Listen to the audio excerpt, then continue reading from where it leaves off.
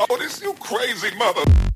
Bonjour et bienvenue dans l'univers de l'artistologie, le podcast qui part au cœur de l'humanité dans le but d'élargir notre vision de l'existence et d'observer l'impact de l'artiste dans le monde. Je suis Malou Moulis, artistologue et auteur du livre « Ma vie est un labo et la vôtre aussi » et je suis ravie de vous accueillir sur ce podcast. No, I'm not a writer. Okay. J'espère que tout le monde va bien, j'espère que vous allez bien, que toi tu vas bien. Pour ma part, j'avoue être un peu à fond et je suis navrée du coup de déposer mes podcasts avec des décalages dans le temps. J'avais aussi besoin de prendre du repos et du recul qui sont nécessaires lorsque la fatigue se fait sentir, donc c'est chose faite. En même temps, je me dis que si ça vous manquait, vous me l'auriez peut-être fait savoir.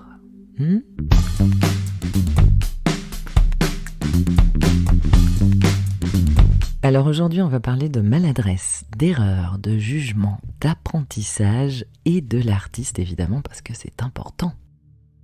En tant qu'être humain, nous commettons tous des erreurs de jugement, des maladresses, des manquements, des fausses manœuvres et ce, tout au long de notre vie. Ce serait très prétentieux de notre part de penser le contraire, non ? Et d'ailleurs, la plupart du temps, lorsqu'on pense comme ça, c'est soit qu'on ne fait rien, auquel cas, c'est sûr, on ne prend pas trop de risques, et ne rien faire évite bien des erreurs, soit c'est une façon erronée de se voir parce qu'on s'imagine être quelqu'un de parfait, qui fait tout bien, alors qu'on le sait, l'être humain est parfaitement imparfait. Et c'est lorsqu'on accepte cette immuable vérité que tout revient à son point d'harmonie. Pour le reste, ce n'est que de l'ego. Faire des erreurs est inhérent à l'être humain et donc, évidemment, à l'artiste. L'avantage, c'est que plus il commet des faux pas, plus il apprend sur lui-même et sur le monde qui l'entoure. Et il y a une question qui découle de ça, c'est est-ce qu'une erreur pour l'un est une erreur pour l'autre ? Suivant les situations et pour trouver la réponse la plus juste, il faut regarder au-delà de notre façon très conditionnée de voir la vie. Il faut disséquer un à un tous ces petits filtres-là qui nous empêchent de regarder la vérité et l'artiste est pour le coup d'un grand secours parce que lui, je le rappelle, il vit dans la profondeur. Il aime creuser, gratter toutes les couches que nous avons devant les yeux qui nous obstruent la vue. De toute façon, dès l'instant où l'on vit, dès l'instant où l'on est humain, qu'on existe, on fait forcément des choix. Et je rappelle d'ailleurs au passage que ne pas choisir est également un choix. Oui, me semble-t-il que j'en avais parlé dans un de mes premiers podcasts. Et ça vous avait fait un petit peu mal au cerveau. Alors comme d'habitude, je vous laisse un petit temps pour intégrer. Bref, trêve de plaisanterie. Dans tout ce que nous vivons, nous posons des actes, des paroles, des choix. Et cela représente le risque de faire des erreurs et par conséquent, d'être jugé. Et pour comprendre les différents types d'erreurs, il faut comprendre les 3 types de jugements qui en découlent, parce qu'à dire vrai, une erreur peut être assez subjective. Pour le premier, il s'agit des préjugés, liés à la conscience collective, qui s'appuie sur des valeurs morales ou culturelles. C'est un jugement qui, même s'il nous touche profondément, il apparaît quand même plutôt lointain. Le deuxième est un peu plus engageant car il touche notre relation à l'autre, avec notre entourage proche, avec notre famille, nos amis, notre amoureux. Il s'appuie sur l'affect et il engage directement l'émotionnel parce qu'il y a une notion d'intimité et de proximité. Et puis il y en a un troisième qui, je trouve, ne rentre pas dans la catégorie jugement, mais je dirais plutôt qu'il s'agit de discernement. C'est une loi plus universelle, on va dire, qui est de l'ordre de la justesse.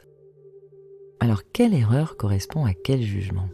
Pour le premier point, c'est-à-dire le regard de la société à notre égard, certains peuvent juger notre parcours ou nos choix de vie comme une erreur, par exemple.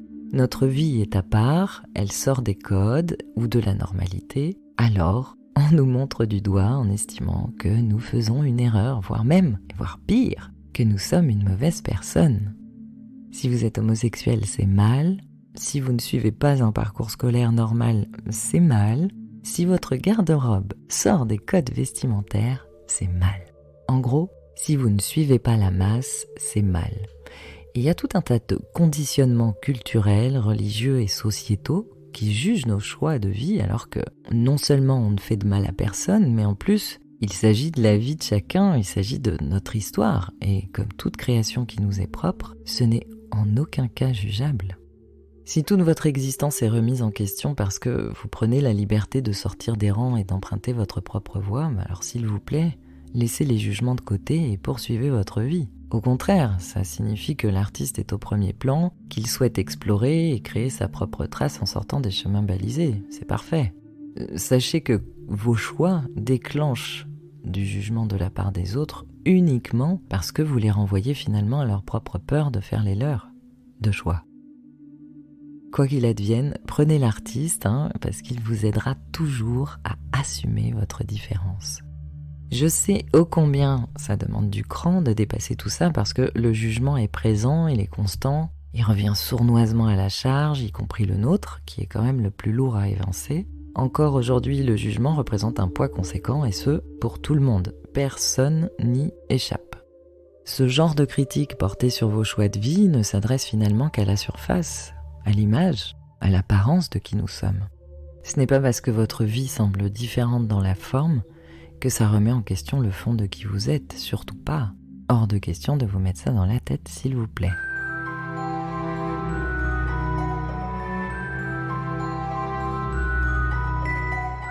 On en arrive à la deuxième notion de jugement. Au-delà de nos choix de vie, au cœur de nos relations, nous pouvons commettre des maladresses, avoir des manquements, non seulement parce que nous sommes des êtres humains qui apprennent chaque jour, mais parce qu'au cœur de nos interactions sociales, nous devons aussi gérer nos fluctuations intérieures, nos émotions, nos peurs, la fatigue, nos doutes, nos passages à vide et bien d'autres facteurs que nous pouvons rencontrer au fur et à mesure que nous avançons.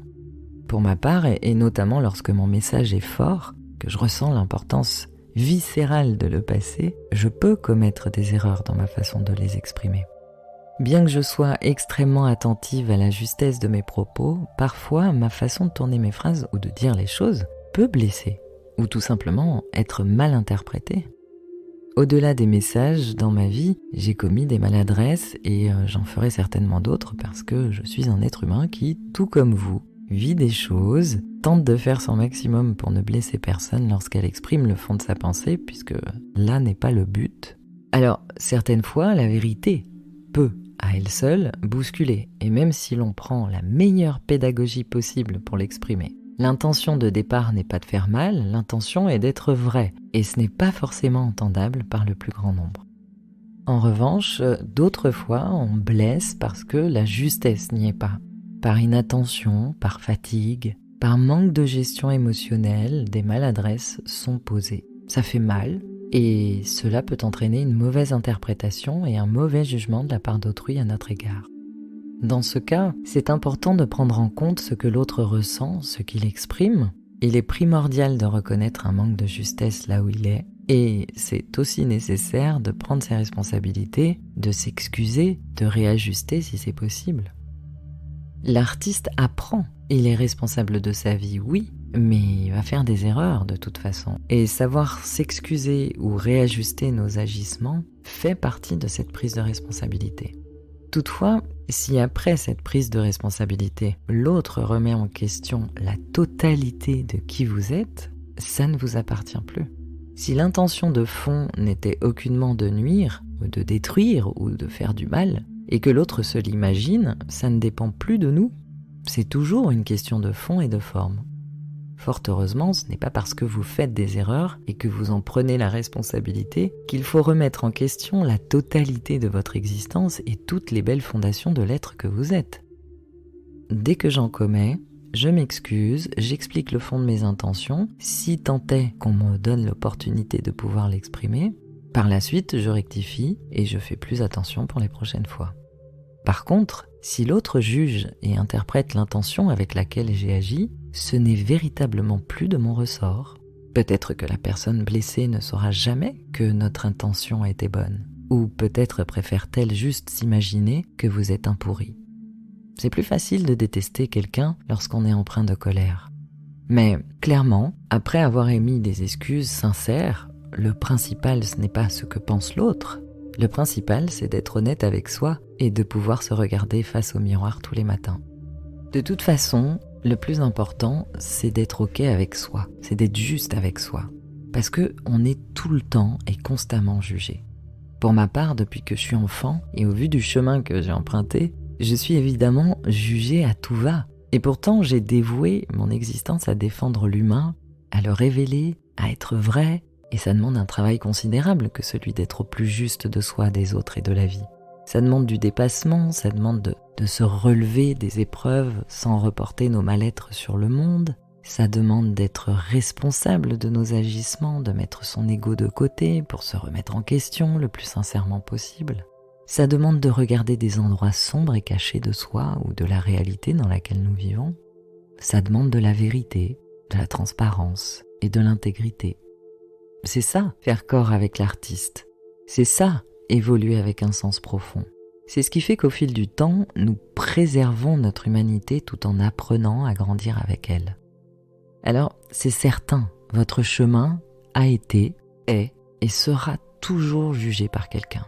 Mais rappelez-vous que celui qui juge regarde au travers de sa petite fenêtre.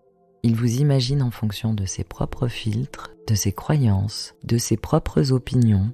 Il vous verra de là où il se trouve et vous n'y pouvez rien s'il observe que le bout de votre nez. Celui qui voit au-delà des apparences verra l'ensemble. Il verra votre êtreté.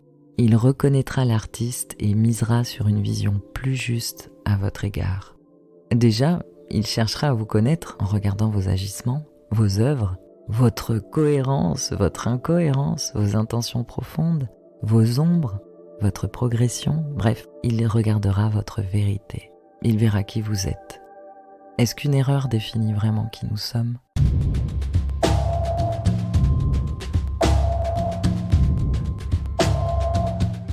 À partir du moment où l'intention était fondamentalement bonne, non, une erreur ne définit pas qui nous sommes. Mais il est plus que nécessaire de prendre notre part de responsabilité lorsqu'une maladresse est actée. Alors, dans vos moments de tourment, où le poids du regard des autres vous donne l'impression d'être quelqu'un de médiocre, vous n'avez qu'une seule vraie question à vous poser. Dans le fond, est-ce que mon intention était sincère ? Est-ce qu'elle s'appuyait sur le sens profond ? Ou était-ce juste pour nourrir toute autre chose ? L'ego, par exemple. La réponse se trouve en vous, laissez donc l'artiste y répondre, et j'ai aussi envie de vous dire qu'il est le meilleur apprenant qui soit. L'artiste sauvera le monde, les amis.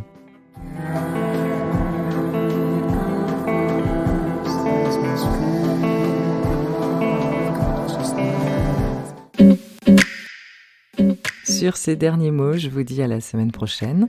Pour ne rien manquer des épisodes suivants, abonnez-vous à la plateforme de votre choix. Vous pouvez également laisser un avis et partager ce podcast. Et si vous souhaitez soutenir cette chaîne, vous pouvez également faire un don. Pour accéder aux masterclass ou tout simplement me contacter, vous trouverez les liens dans le descriptif sous ce podcast. Tous les services que je propose sont référencés sur mon site, lecomptoirdelartistologie.com. Quant à mon livre, il est accessible chez votre libraire préféré ou sur Amazon. Si vous préférez partir dans cette aventure immersive avec vos oreilles, sachez que l'audiobook est disponible. Je l'ai confectionné avec ma voix et tout mon amour. En attendant le prochain épisode, prenez soin de vous. Je vous souhaite une agréable semaine et je vous embrasse. Yeah.